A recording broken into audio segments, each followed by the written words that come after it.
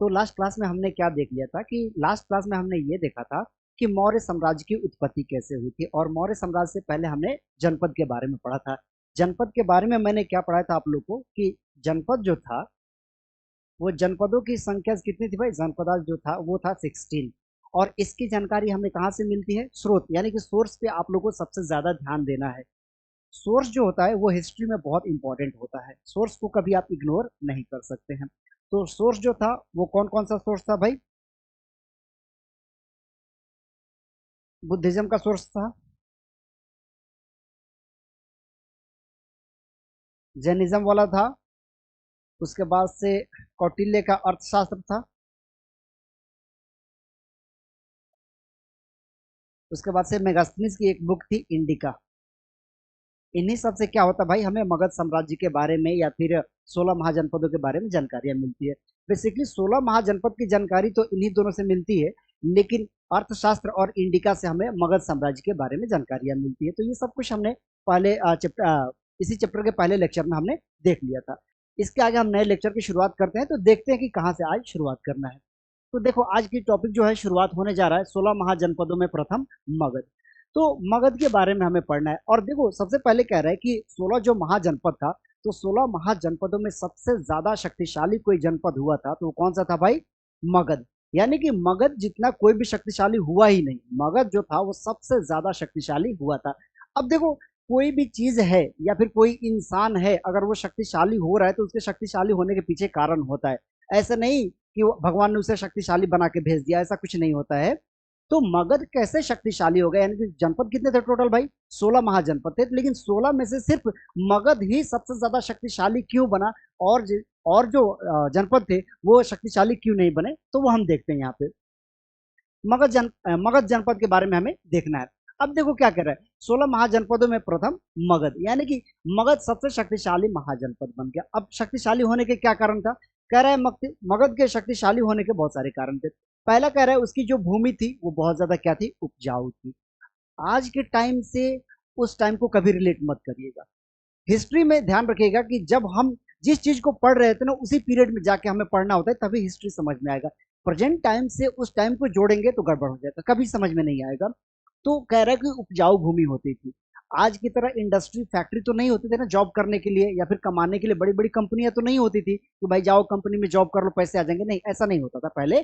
तो पहले के लोगों के लिए इनकम का सोर्स क्या था भाई, फार्मिंग। वो लोग क्या करते थे, एग्रीकल्चर करते थे, और एग्रीकल्चर ही उनका क्या था, इनकम का सोर्स था। तो एग्रीकल्चर इनकम का सोर्स तभी बनेगा ना जो मिट्टी वहां की क्या हो, फर्टाइल हो, बहुत ज्यादा क्या हो, उपजाऊ हो। तो पहला एक कारण मिल गया कि वहां की मिट्टी क्या थी भाई, बहुत ज्यादा उपजाऊ थी। जब वहां की मिट्टी उपजाऊ थी तो डेफिनेटली वहां पे फसलों की पैदावार क्या होगी, ज्यादा से ज्यादा होगी, तो उनकी तो इनकम के सोर्स ऐसे ही बढ़ गए। दूसरा कारण क्या कर रहा है, गंगा नदी से आवागमन के साधन। गंगा नदी जो है, यानी कि गंगा नदी की, जब आप गंगा नदी को पढ़ेंगे तो क्या होगा कि उत्तराखंड से निकलते हुए उत्तर प्रदेश, यानी उत्तराखंड उत्तर प्रदेश होते हुए बिहार में चली जाती है, फिर बिहार से बंगाल की तरफ जाती है। तो बिहार में जो एरिया है उसी के किनारे, यानी कि गंगा नदी के किनारे ही मगध साम्राज्य बसा था। ये जो मगध था कहाँ पे बसा था भाई, गंगा नदी के किनारे।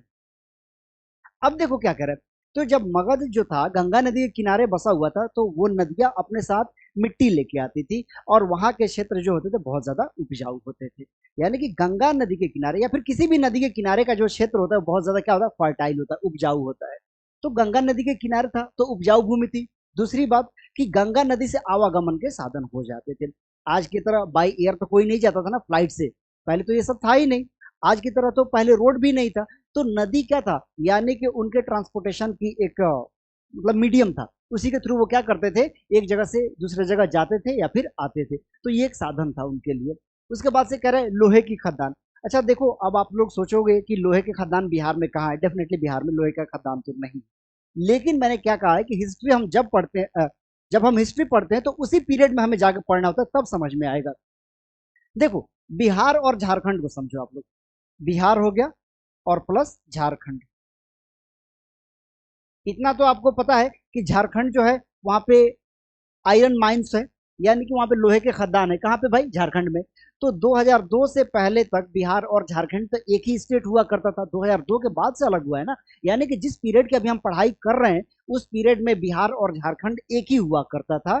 तो उस टाइम क्या था, लोहे का खदान जो अब झारखंड में चला गया है, उस टाइम कहाँ पे हुआ करता था भाई, बिहार में हुआ करता था। और बिहार में कहा, महाजनपद यानी कि मगध में वो पड़ता था। ठीक, तो वहां पे लोहे की फैसिलिटी आसानी से उपलब्ध हो जाती थी। अब कह रहे हैं कि जब लोहा मिल जाता था तो क्या होता था, लोहे से वो लोग अपना इक्विपमेंट्स या सोर्ट्स या जो भी चाहिए था बना लेते थे। उस टाइम लड़ाई करने के लिए तलवार चाहिए, है ना, भाले चाहिए, बर्छे चाहिए, जितने भी औजार चाहिए वो सब लोहे से ही बनते थे। तो मगध वालों के पास क्या था भाई, आयरन था। आयरन आसानी से मिल जाता था और वो भी बेस्ट क्वालिटी के आयरन होते थे। तो इनके द्वारा जो हथियार बनते थे वो बहुत ही अच्छी क्वालिटी की होती थी। तो क्या होता था, लड़ाई में या कभी भी युद्ध होता था तो उस युद्ध में इसका बेहतर प्रयोग वो लोग कर लेते थे। तो डेफिनेटली जब इनके पास इतने साधन उपलब्ध है तो वो क्या होंगे, शक्तिशाली होंगे कि नहीं, डेफिनेटली होंगे। नेक्स्ट कह रहा है कि जंगली क्षेत्र से हाथी का उपलब्ध होना। जंगल का क्षेत्र यानी कि उस टाइम राजगीर जो है, राजगीर भी, ये जो राजगीर है उस टाइम कहाँ, आज के जो नालंदा है उस टाइम राजगीर के नाम से जाना जाता था। और राजगीर में क्या होता था भाई, जंगल बहुत ज्यादा थे। तो उन जंगलों से क्या पकड़ लिया जाता था, हाथी पकड़ लिए जाते थे। और जब वहां से हाथी मिल जाता था तो अब आप लोग कहोगे हाथी से कैसे वो शक्तिशाली हो गया, डेफिनेटली हुआ। क्योंकि एक हाथी ना लगभग 50 या 100 आर्मी के बराबर होती थी, है ना। तो जब एक हाथी 50 या 100 आर्मी के बराबर होता था तो उनके पास बहुत सारे हाथी थे। तो वो क्या करते थे, किसी भी युद्ध में जब जाते थे तो हाथी को लेके जाते थे और हाथी से क्या करते थे, वो लड़ाई अपनी लड़ते थे। तो वो आसानी से किसी भी युद्ध को जीत जाते थे। तो ये तो टेक्निकल कारण है कि ऐसे शक्तिशाली हो गया था। और आपके बुक में भी यही कारण दे रखा है। लेकिन इसके अलावा कुछ और भी कारण है जिसके चलते मगध साम्राज्य क्या हुआ था, शक्तिशाली हुआ था। और वो कारण कौन सा है वो मैं आपको अभी बताता हूं। देखो, अभी मैं जो बताने जा रहा हूं वो चंद्रगुप्त मौर्य से पहले की बातें बताने जा रहा हूं। यानी कि मगध साम्राज्य की जब उत्पत्ति हुई थी तो मगध साम्राज्य का पहला जो शासक था वो कौन था भाई, बिंबिसार।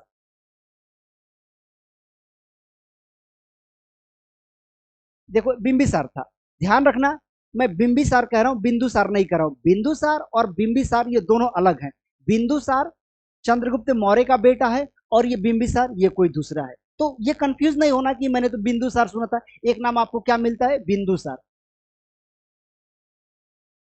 हालांकि नाम सुनने में एक एक जैसा ही लगता है, लेकिन ये बिंदुसार जो था ये चंद्रगुप्त मौर्य का बेटा था। तो इसे हमें नहीं पढ़ना, हमें किसको पढ़ना है, ये बिंबिसार को पढ़ना है। बिंबिसार जो था मगध साम्राज्य का सबसे पहला शासक था। और ये किस वंश का था भाई, ये था हर्यंक डायनेस्टी का। हर्यंक डायनेस्टी, इसके डायनेस्टी का नाम, यानी ये हर्यंक वंश का था। अब देखो क्या होता है, जब ये हर्यंक वंश का था और मगध साम्राज्य की उत्पत्ति इसी के टाइम में हुआ था, इसी ने क्या किया था, मगध साम्राज्य को स्थापित किया था। इससे पहले मगध साम्राज्य होता ही नहीं था। इसके टाइम में मगध साम्राज्य कैसे शक्तिशाली बना। अब ऐसा तो है नहीं कि सब कुछ आके मौर्य के ही पीरियड में हो रहा है, नहीं, ऐसा कुछ नहीं है। उसकी बेस बहुत पहले ही पड़ चुकी थी। यानी कि हर्यंक वंश का शासक था बिंबिसार। तो बिंबिसार ने क्या किया था, अपने टाइम में ही मगध को शक्तिशाली बना दिया था। फिर से मौर्यों के पीरियड में आके ये और ज्यादा शक्तिशाली बन गया है। तो ये जो आपके चैप्टर में पढ़ना है ये मौर्य पीरियड के बारे में पढ़ना है ना, मौर्य। लेकिन अभी मैं मौर्य से पहले की थोड़ी सी बात बता देता हूँ कि वो कैसे शक्तिशाली हुआ। अब बिंबिसार बिंबिसार जो था वो बहुत चतुर था। यानी कि बहुत ही, कहते ना कि दिमाग लगाता था कि मुझे कैसे काम करना है और कैसे शक्तिशाली बनना है। उसने मैट्रिमोनियल अलायंस किया, यानी कि शादी करना शुरू किया। किस तरीके से शादी करता था ये ध्यान दिए। उसने 3 शादियां की।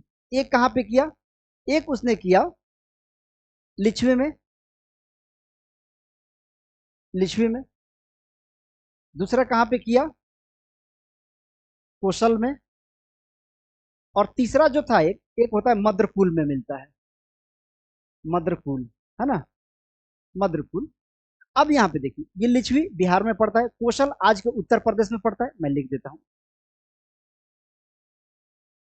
ये बिहार में पड़ता है और ये आज के यूपी में पड़ता है। ठीक, अब ये मद्रकुल जो है ये संभवतः पंजाब के आसपास में पड़ता था।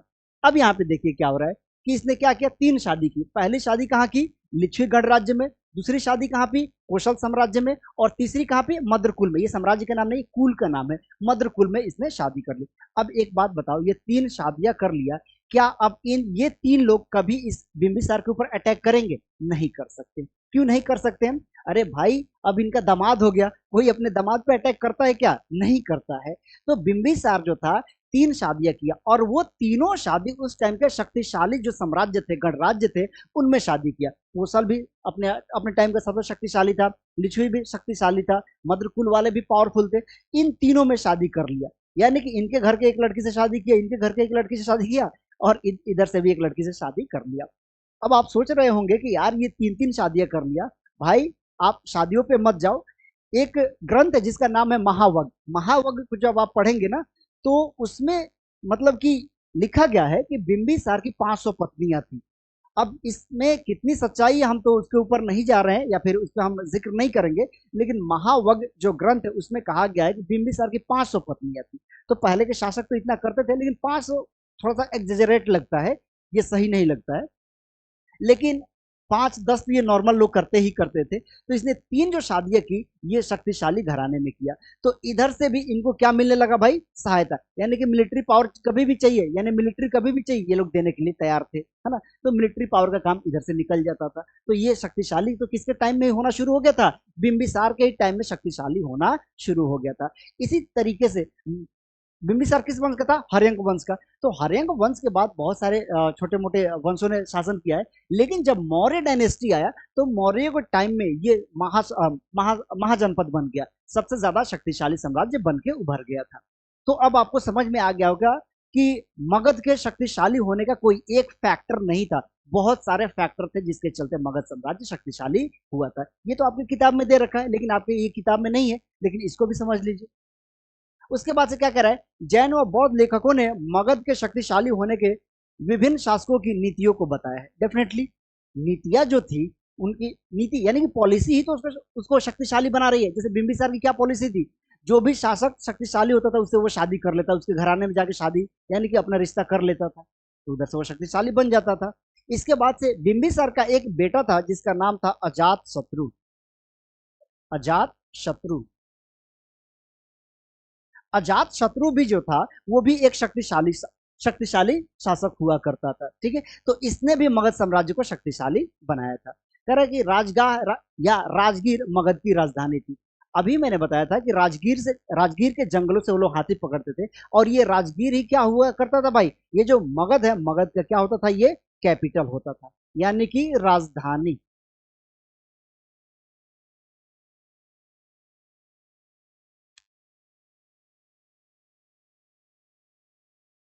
मगध की राजधानी क्या थी? कैपिटल क्या था भाई? राजगीर, जो आपके यहाँ पे लिखा हुआ है। कह रहे कि राजगीर का अर्थ है राजाओं का घर। राजगीर, गीर का मतलब घर, और राज मतलब राजा, यानी कि राजगीर का मतलब होता है राजाओं का घर। तो डेफिनेटली राजगीर में राजा ही तो थे, यहाँ पे बहुत शक्तिशाली राजा हुआ करते थे। कह रहा कि 4वीं शताब्दी ईसा पूर्व से पाटलिपुत्र को राजधानी बनाया गया। एक बात यहाँ पे ध्यान रखना, जो आपके बुक में नहीं दे रखा, मैं बताता हूँ कि पहले राजधानी कहाँ हुआ करती थी? राजगीर। लेकिन राजगीर से राजधानी चेंज करके कहाँ लेके जाया गया? पाटलिपुत्र में। और राजधानी चेंज करने वाला कौन था?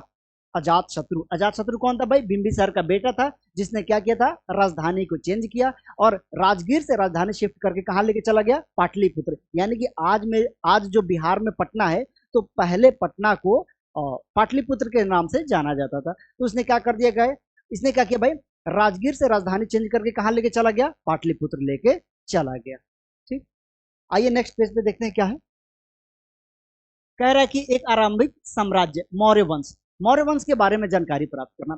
देखो, मौर्य वंश की अगर हम बात करें, तो मौर्य वंश की शुरुआत जो होती है, वो होती है चंद्रगुप्त मौर्य से। किससे होती है? चंद्रगुप्त।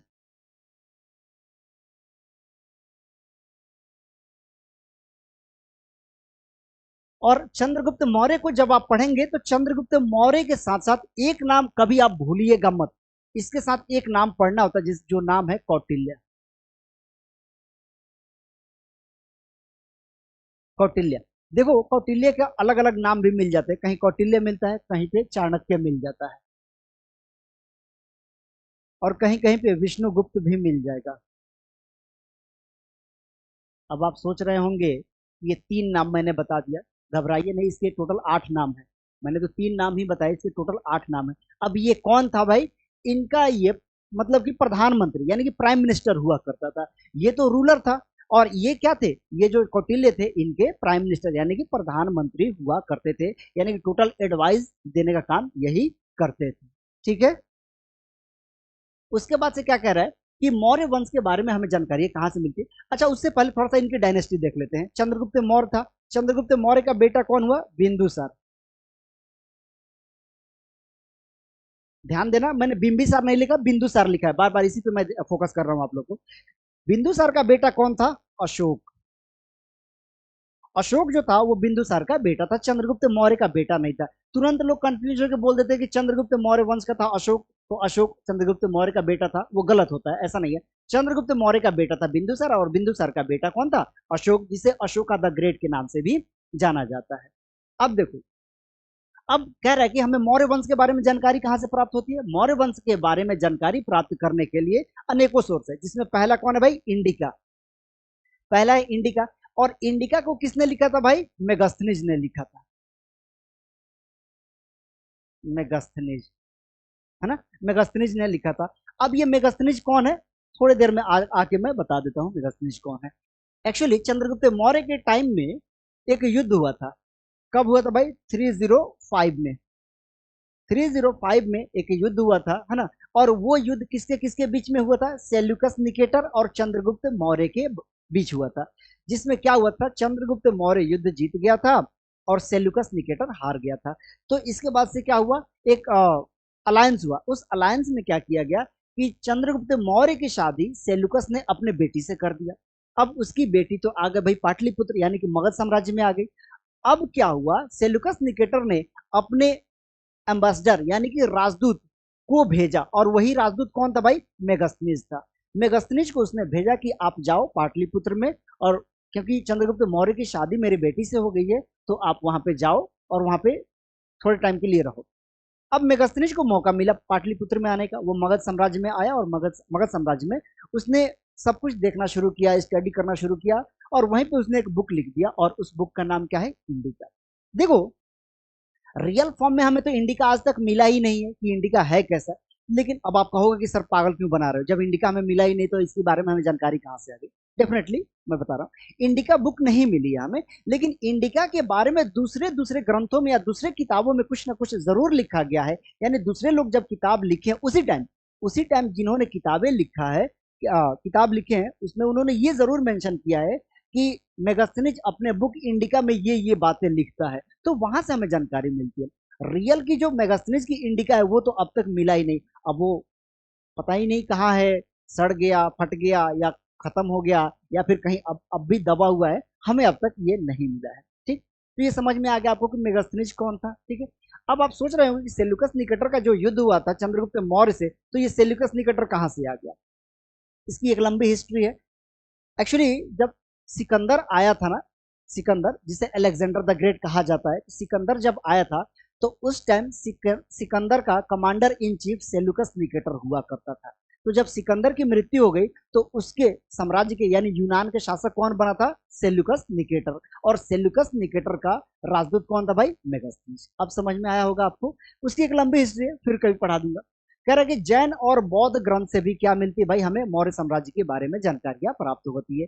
जैन और बौद्ध ये दोनों धर्म कहां से आए हैं भाई? बिहार से। यानी कि दोनों धर्मों की उत्पत्ति कहां हुई है? बिहार में। और हम अभी किसके बारे में पढ़ रहे हैं? चंद्रगुप्त मौर्य के वंश में, यानी मौर्य वंश के बारे में जानकारी प्राप्त करें। और मौर्य वंश कहां पे था भाई? बिहार में ही तो था, है ना।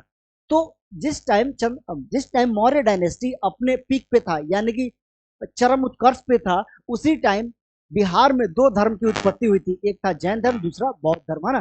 तो जैन और बौद्ध धर्म दोनों की उत्पत्ति बिहार से ही हुई थी। तो जितने भी जैन धर्म के और बौद्ध धर्म के ग्रंथ है, उसके बारे में भी मौर्य वंश के बारे में लिखा गया है। ठीक है। उसके बाद से कह रहा है अर्थशास्त्र। अब अर्थशास्त्र किसने लिखा था भाई? इसने इसकी रचना तो कौटिल्य ने ही किया था। अब एक बात बताइए, कौटिल्य ने लिखा था अर्थशास्त्र, और कौटिल्य कौन था? वो तो खुद चंद्रगुप्त मौर्य का प्रधानमंत्री था, यानी प्राइम मिनिस्टर था। तो डेफिनेटली वो तो अपने साम्राज्य के बारे में लिखेगा, जिस साम्राज्य में वो काम कर रहा था। किसके साम्राज्य में काम कर रहा था? चंद्रगुप्त मौर्य में। तो चंद्रगुप्त मौर्य का वो गुरु हुआ करता था, यानी कि प्रधानमंत्री था। और ये मौर्य वंश का जो शासक था चंद्रगुप्त मौर्य, उसी के टाइम में कौटिल्य ने इस ग्रंथ को लिखा। तो डेफिनेटली जब चंद्रगुप्त मौर्य के टाइम में कौटिल्य ने इस बुक को लिखा है और चंद्रगुप्त मौर्य के टाइम में लिखा है, तो डेफिनेटली मौर्य वंश के बारे में हमें इससे जानकारियां मिल जाएंगी। और सब कुछ लिखा है कि मगध साम्राज्य कैसा था, उसके शासक कौन थे, कैसे उस साम्राज्य को स्थापित किया गया, शक्तियां कैसे अर्जित की गई, हर एक चीजों की वर्णन इस अर्थशास्त्र में मिलता है। उसके बाद से चौथा है अभिलेख। अभिलेख से भी हमें क्या होता है, जानकारियां प्राप्त होती है। अगर आपको समझ नहीं आ रहा होगा कि अभिलेख क्या है, तो पहले वाला इसी चैप्टर का पहला लेक्चर आप देख लीजिए, उसमें मैंने बहुत अच्छे से समझाया कि अभिलेख क्या होता है। और ध्यान रखना, भारत में अभिलेख लिखाने का सबसे पहला कार्य जो है अशोक ने ही किया है। अशोक से पहले कोई भी शिलालेख या अभिलेख लोग नहीं लिखवाते थे, यानी अशोक पहला शासक था जिसने अभिलेख लिखवाना क्या कर दिया था, शुरू कर दिया था। और वो अपने अभिलेख के माध्यम से क्या करता था, अपने मैसेज को जनता तक पहुंचाया करता था। चाहे वो मैसेज देना हो या फिर कोई ऑर्डर देना हो या फिर किसी भी चीज की जानकारी हो, वो अभिलेखों के माध्यम से वो जानकारी दिया करता था। तो सबसे ज्यादा अभिलेख इसी के हमें अब तक प्राप्त हुए हैं। और अशोक के अभिलेख किस भाषा में होते थे, ब्राह्मी, खरोष्टी, और ये दो इंपॉर्टेंट भाषा है। इसके अलावा अरामाइक में भी है, ठीक है, प्राकृत भाषा में भी है, लेकिन दो सबसे इंपॉर्टेंट लैंग्वेज है वो है ब्राह्मी और खरोष्टी, जिसकी खोज किसने किया था, जिसको पढ़ने में सफलता किसको मिली थी, जेम्स प्रिंसेप को। ये सब कुछ मैंने पढ़ा रखा है। उसके बाद से नेक्स्ट क्या कह रहा है कि साम्राज्य का शासन। अच्छा देखो, हम अभी मौर्य वंश के पढ़ रहे हैं, तो मौर्य वंश में हमें यही तो देखना है कि मौर्य वंश का जो शासन था, यानी कि एडमिनिस्ट्रेशन, वो कैसे चलता था। एडमिनिस्ट्रेशन ये हमें देखना है कि मौर्य वंश का यानी मौर्य डायनेस्टी का एडमिनिस्ट्रेशन कैसे चलता था। बहुत शॉर्ट में देखेंगे, ज्यादा टाइम नहीं लेंगे। कर प्रमुख राजनीतिक केंद्र, वो लोग क्या करते थे, पहले तो जो जहां पे राजधानी होती थी वहीं से वो शासन किया करते थे। तो उनकी राजधानी ध्यान रखो कहां थी भाई, पहले उनकी राजधानी हुआ करती थी राजगीर। राजगीर से उन्होंने अपनी राजधानी को चेंज करके कहां पे लेके चले गए, पाटलिपुत्र। पाटलिपुत्र राजधानी चली गई। अब पहले की राजधानी तो राजगीर है, लेकिन अब राजधानी कौन सी हो गई थी भाई, पाटलिपुत्र। तो वो पाटलिपुत्र से शासन करते थे। लेकिन उनका साम्राज्य जो था बहुत बड़ा था, इतना छोटा तो था नहीं। तो छोटे से साम्राज्य पे शासन करना बहुत आसान काम है, लेकिन बड़े साम्राज्य पे शासन करना इतना आसान नहीं है जितना कि आपको लगता है या फिर जितना आप आसान सोचते हैं। तो उनका शासन का केंद्र क्या था, यानी कि राजधानी पाटलिपुत्र। और पाटलिपुत्र से पहले राजधानी क्या हुआ करती थी, राजगीर। यानी राजगीर से राजधानी चेंज करके कहां ले गए थे, पाटलिपुत्र। अब उन्होंने पाटलिपुत्र से शासन करना शुरू कर दिया। तो एक राजनीतिक केंद्र मिल गया आपको, पाटलिपुत्र, यानी कि यह राजधानी भी था और राजनीतिक केंद्र भी था। इसके अलावा पूरे साम्राज्य पे शासन करना आसान नहीं था, तो छोटे छोटे उप केंद्र बनाए गए थे। उसमें कौन से, जैसे कि तक्षशिला। अब इतने बड़े साम्राज्य पे अकेले शासन, एक जगह से शासन करना आसान नहीं था, इसीलिए उप केंद्र भी बना दिए गए थे। तो उप केंद्र में क्या था भाई, तक्षशिला। तक्षशिला आज कहां पे पड़ता है भाई, आज तो पाकिस्तान में पड़ता है, लेकिन वो पहले हमारे हिंदुस्तान में ही हुआ करता था। आज वो कहां चला गया, पाकिस्तान में चला गया। तो तक्षशिला में भी एक केंद्र होता था, वहां से भी मौर्य वंश का शासन चलाया जाता था। नेक्स्ट है तोसली। तोसली से भी उनका शासन चलाया जाता था। तोसली कहां है, आज के उड़ीसा में है, ठीक। उसके बाद से उज्जैन। उज्जैन आप लोगों को पता है कहां है, उज्जैन मध्य प्रदेश में है। तो उज्जैनी से भी शासन चला जाता था। और सुवर्णगिरी, ये सुवर्णगिरी जो है ये साउथ में पड़ता है। तो देखो क्या हुआ था कि ये तो इनका मेन कैपिटल हो गया, कैपिटल हो गया। इस कैपिटल के अलावा भी छोटे छोटे उप केंद्र बना दिए गए थे कि एक राजधानी से पूरे साम्राज्य पे शासन करना आसान नहीं था। इसीलिए हर एक बड़े बड़े शहरों में क्या बना दिया गया था, उप केंद्र बना दिया गया था, और वहां से मौर्य वंश को चलाया जा रहा था। इस प्रकार से इनकी राजधानियां चलती थी। और वहां पे जितने भी ऑफिसर थे, सबको अलग अलग काम जो था वो हैंड ओवर कर दिया गया था कि आपको ये काम करना है, आपको ये काम करना है। इतना क्लियर है। नेक्स्ट देखते हैं। कह रहा है कि साम्राज्य के संचालन के लिए भूमि और नदियों दोनों का प्रयोग किया जाता था। जो मैंने अभी बताया कि नदी पहले की क्या होता था, ट्रांसपोर्टेशन का मीडियम होता था। यानी नदी से ही माल लाया जाता था और माल भेजा जाता था, या फिर कहीं आने जाने का भी काम नदी से किया जाता था। क्योंकि आज की तरह इतने रोड तो नहीं होते थे, या फिर बाई फ्लाइट तो पहले लोग आते नहीं थे, क्योंकि पहले तो था ही नहीं फ्लाइट। और इतने ज्यादा पहले रोड भी नहीं हुआ करते थे, तो कनेक्टिविटी नहीं थी इतनी ज्यादा, तो नदियों से ही वो लोग आते जाते थे, ठीक। उसके बाद से कह रहा है मेगास्थनीज ने सैनिक गतिविधियों के संचालन के लिए एक समिति और 6 उप समितियों का उल्लेख किया। अब ध्यान रखना, मैंने बार बार आप लोगों को बोला, हिस्ट्री में सोर्स को जरूर ध्यान रखना है कि हम ये जो बातें कह रहे हैं या फिर आप अपने एग्जाम में लिख रहे हैं, उसका सोर्स क्या है, उसके बारे में जानकारी आपको कहाँ से मिल रही है। तो उसके बारे में जो आपको जानकारियां मिल रही है वो मेगास्थनीज की बुक है। मेगास्थनीज ने कौन सी बुक लिखी थी, थोड़ी देर पहले ही मैंने बताया था। मेगास्थनीज ने एक बुक लिखी थी और इसी के बुक का क्या नाम था, इंडिका। तो इंडिका से हमें क्या होता है, मौर्य वंश के बारे में जानकारियां मिलती है। तो क्या होता है, मेगास्थनीज क्या लिखता है इंडिका में कि मौर्य साम्राज्य की राजधानी, मौर्य साम्राज्य के शासन कैसे चलते थे। तो कह रहा है कि पहले तो एक समिति बना दी जाती थी और उसके अलावा 6 उप समितियां बना दी जाती थी और हर एक समिति को अलग अलग काम क्या कर दिए जाते थे, हैंड ओवर कर दिए जाते थे कि आपको इस डिपार्टमेंट का काम देखना है। तो एक समिति हो गया और 6 उप समितियां कौन थी। पहला कह रहा है पहले उप समिति का काम था पैदल सैनिकों का संचालन करना, यानी एक उप समिति को कहा गया कि जितने भी पैदल सैनिक है आप उनको देखिए, उनका संचालन कीजिए। ठीक, उसके बाद से कह रहा है दूसरा जो है, दूसरे कह रहा है रथारोहियों का संचालन, यानी कि रथ वाले जो सैनिक थे उनका संचालन करना। तीसरा जो है कह रहा है अश्वरोहियों का संचालन करना, यानी कि घोड़े वाले जो सैनिक है उनको संचालन करना। अच्छा देखो, रथारोहियों मतलब रथ वाले जो सैनिक थे उन्हें रथारोही कहा जाता है, उनका संचालन करना। अश्वरोही, अश्व मतलब क्या होता है, घोड़े, घोड़े वाले सैनिक का संचालन करना। तीसरी जो उप चौथी जो उप समिति थी उसका क्या काम था भाई, यातायात और खान पान का संचालन करना, यानी कि सैनिक कहाँ जा रहे हैं तो उनके लिए रोड वहां पे सही होने चाहिए, तो रास्ते का इंतजाम आप करेंगे, आने जाने के रास्ते की देखरेख आप करेंगे और रास्ते में कहीं भी उनके खाने पीने का इंतजाम आप ही करेंगे। तो एक ये उप समिति था। नेक्स्ट जो उप समिति थी पांचवी, उसको कहा गया था नौसेना का संचालन। नौसेना क्या होता है, जो आजकल आप जिसे आप नेवी कहते हैं, जिसे समुद्र में जो आर्मी हो, समुद्र में जो फोर्स होते हैं यानी कि जो सैनिक होते हैं उन्हें नेवी कहा जाता है। तो उस टाइम चंद्रगुप्त मौर्य के भी टाइम में नेवी यानी कि नौसेना हुआ करती थी, तो नौसेना का संचालन करना इसके जिम्मे था। उसके बाद से नेक्स्ट है हाथियों का संचालन। यहाँ पे क्या होता था, मैंने अभी थोड़ी देर पहले बताया था कि राजगीर के जंगलों से हाथी पकड़ लिए जाते थे। तो हाथी हाथी क्या होते थे, वो भी एक प्रकार से सैनिकों के काम आते थे और सैनिक क्या करते थे, हाथियों से युद्ध लड़ा करते थे। तो हाथियों का संचालन करने के लिए एक अलग उप समिति होती थी। इस प्रकार से मौर्य वंश के साम्राज्य में शासन चलता था। ठीक, मैं उम्मीद कर रहा हूँ इतना समझ में आया होगा। आगे देखते हैं, कह रहे अशोक ने धर्म के प्रचार द्वारा साम्राज्य को अखंड बनाने का प्रयास किया। अशोक जो था, देखो अशोक ने अपने जिंदगी में एक ही युद्ध लड़ा है। कौन भाई, अशोक। अशोक, अशोका द ग्रेट भी कहा जाता है इसे। अशोक को अशोका द ग्रेट के भी नाम से जाना जाता है। अशोका द ग्रेट एक युद्ध लड़ा था और उस युद्ध का नाम है कलिंग वॉर, है ना, कलिंग वॉर। तो कलिंग वॉर जो हुआ था, इसमें क्या होता है कि बहुत ज्यादा मतलब कि लोगों की जान गई थी और बहुत ज्यादा मतलब कि लोगों की जान भी गई थी और जान और माल दोनों चीजों का नुकसान हुआ था। अब यहाँ पे देखो क्या कह रहा है कि इसमें क्या हुआ, लगभग 1 लाख, 1 लाख लोग जो थे वो क्या हो गए भाई, मारे गए थे। ठीक, 1.5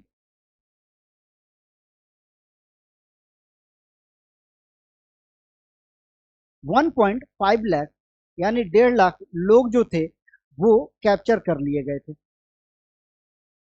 कैप्चर कर लेना मतलब उनको गिरफ्तार कर लिया गया था और गिरफ्तार करके उनको गुलाम बना दिया गया था। तो देख रहे हो, 1 लाख लोगों की वहां पे हत्याएं हुई थी और 1.5 लाख लोग वहां पे क्या कर लिए गए, कैप्चर कर लिए गए। और ये युद्ध कहाँ से हुआ था, कलिंग से। और ये कलिंग कहाँ पे, ओडिशा में पड़ता है, ओडिशा में ये पड़ता है। तो ओडिशा में कलिंग है और कलिंग से अशोक ने युद्ध किया था। अशोक ने अपने जीवन में सिर्फ एक ही युद्ध लड़ा है, बस यही। इसके बाद से क्या हुआ, अशोक का जो था हृदय द्रवित हुआ और उसका हृदय परिवर्तन हो गया और उसने सोचा कि अब जिंदगी में मैं कभी भी युद्ध नहीं लड़ूंगा, क्योंकि युद्ध में क्या होता है, बहुत ज्यादा जान और माल दोनों का नुकसान होता है ना।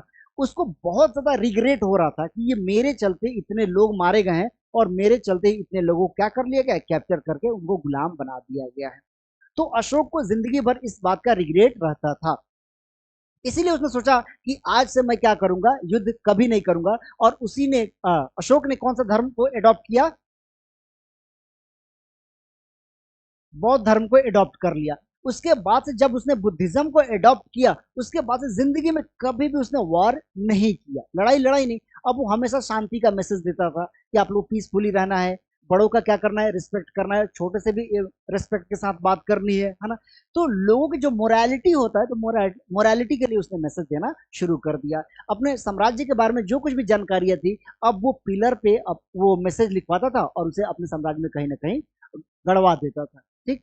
तो अशोक ने क्या किया, अब इसके धम्म के प्रचार द्वारा साम्राज्य को अखंड बनाने का प्रयास किया। धम्म क्या होता है, जो धर्म होता है, धर्म को ही धम्म कहा गया है। धर्म एक्चुअली संस्कृत वर्ड है और धम्म जो है प्राकृत वर्ड है। यहाँ पे ध्यान रखना कि धर्म धर्म एक संस्कृत वर्ड है, जबकि धम्म जो है ये एक प्राकृत वर्ड है, मगर अर्थ दोनों का एक ही है। और अशोक का धर्म क्या है, बौद्ध धर्म। अशोक ने कौन सा धर्म अपनाया था, बौद्ध धर्म अपनाया था। तो जब वो बौद्ध धर्म का प्रचार प्रसार करता था ना, तो बौद्ध धर्म का प्रचार प्रसार कराने के लिए अलग से ऑफिसर अपॉइंट करता था। उस ऑफिसर को क्या कहा जाता था, धम्म महामात। तो धम्म महामात जो थे वो क्या करते थे, उसके धम्म का प्रचार किया करते थे, प्रचार प्रसार करते थे। किस चीज का भाई, धम्म का। तो धम्म का प्रचार प्रसार करते थे और इस तरीके से वो लोग पूरे भारत को अखंड बनाने का प्रयास करते थे। और इस धम्म के प्रचार से उसने पूरे भारत को अखंड बनाने का प्रयास किया और अखंड बनाया भी। ठीक। कह रहे कि धर्म के प्रचार के लिए धम्म महामात्र नामक अधिकारियों की नियुक्ति की गई थी। वही लोग क्या करते थे, धर्म के बारे में जो कुछ भी मैसेज देना होता था वो देते थे। यानी कि अब साम्राज्य में कहीं लड़ाई हो नहीं रही थी, शांति का मैसेज दिया जा रहा था और पूरे साम्राज्य को यूनाइट कर लिया गया था उस टाइम। ये सब किसके पीरियड में हो रहा है, ये सब हो रहा है अशोक के पीरियड में। तो अशोक ने अपने धर्म के प्रचार के द्वारा भारत को क्या कर दिया, अखंड बनाने का प्रयास किया और इसमें उसे सफलता भी मिली थी। उसके बाद से नेक्स्ट कह रहा है राजधर्म के नवीन सिद्धांत। इसको हम नेक्स्ट क्लास में देखते हैं, मैं जल्द ही नेक्स्ट क्लास लेके आऊंगा, है ना। तो इसको हम देखते हैं इससे आगे। आज के लिए इतना ही। Thank you.